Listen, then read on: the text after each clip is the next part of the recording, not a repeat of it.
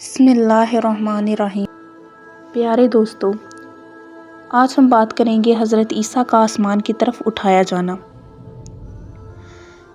دوستو، جیسا کہ اللہ تعالیٰ نے قرآن مجید کی آل عمران سورہ میں آیت نمبر 54 تا 55 میں یہ بیان کیا ہے، اور کافروں نے مکر کیا اور اللہ نے ان کے ہلاک کی خفیہ تدبیر فرمائی، اور اللہ سب سے بہتر چھپی تدبیر والا ہے۔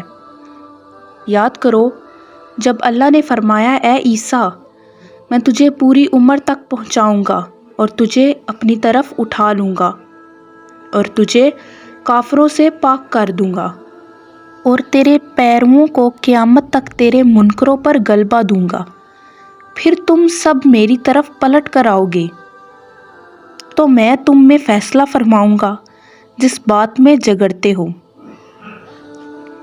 اللہ تعالیٰ ان آیات طیبات میں خبر دے رہا ہے کہ حضرت عیسیٰ علیہ السلام کو نیند کی صورت میں وفات دے کر یقینی طور پر آسمان کی طرف اٹھا لیا گیا، اور یہودیوں نے آپ علیہ السلام کو اذیت دینے کا جو منصوبہ بنایا تھا اس سے آپ کو چھٹکارا دلا دیا۔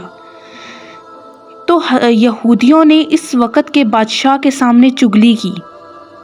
حضرت حسن بصری اور محمد بن اسحاق رضی اللہ تعالیٰ عنہ فرماتے ہیں کہ اس بادشاہ کا نام داؤد بن نورہ تھا۔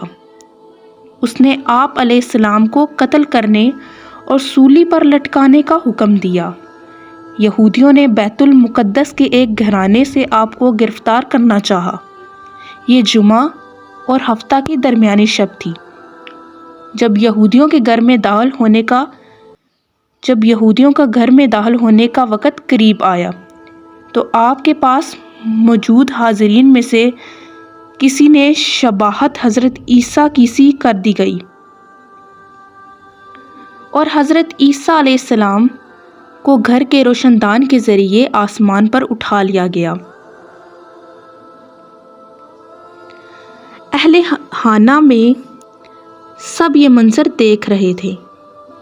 سپاہی گھر میں داخل ہوئے اور اس نوجوان کو جسے حضرت عیسیٰ علیہ السلام کی شباہت دی گئی تھی اسے انہوں نے حضرت عیسیٰ سمجھ کر پکڑ لیا اور سولی پر لٹکا دیا۔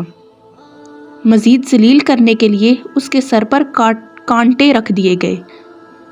یہودیوں کی اس بات کو عام انصاری نے بھی تسلیم کر لیا، حالانکہ انہوں نے حضرت عیسیٰ علیہ السلام کو سولی پر لٹکائے جانے کا واقعہ اپنی آنکھوں سے نہ دیکھا تھا، اور اسی وجہ سے وہ واضح اور فحش قسم کی دوہری گمراہی میں جا گرے۔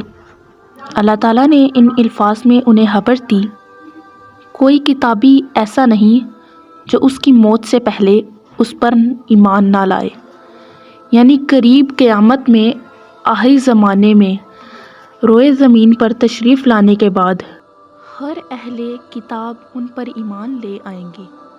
حضرت عیسیٰ علیہ السلام قیامت سے قبل دنیا میں تشریف لائیں گے، خنزیر کو قتل کریں گے، صلیب کو توڑ دیں گے، جزیہ ختم اور اسلام ہی قابل قبول ہوگا۔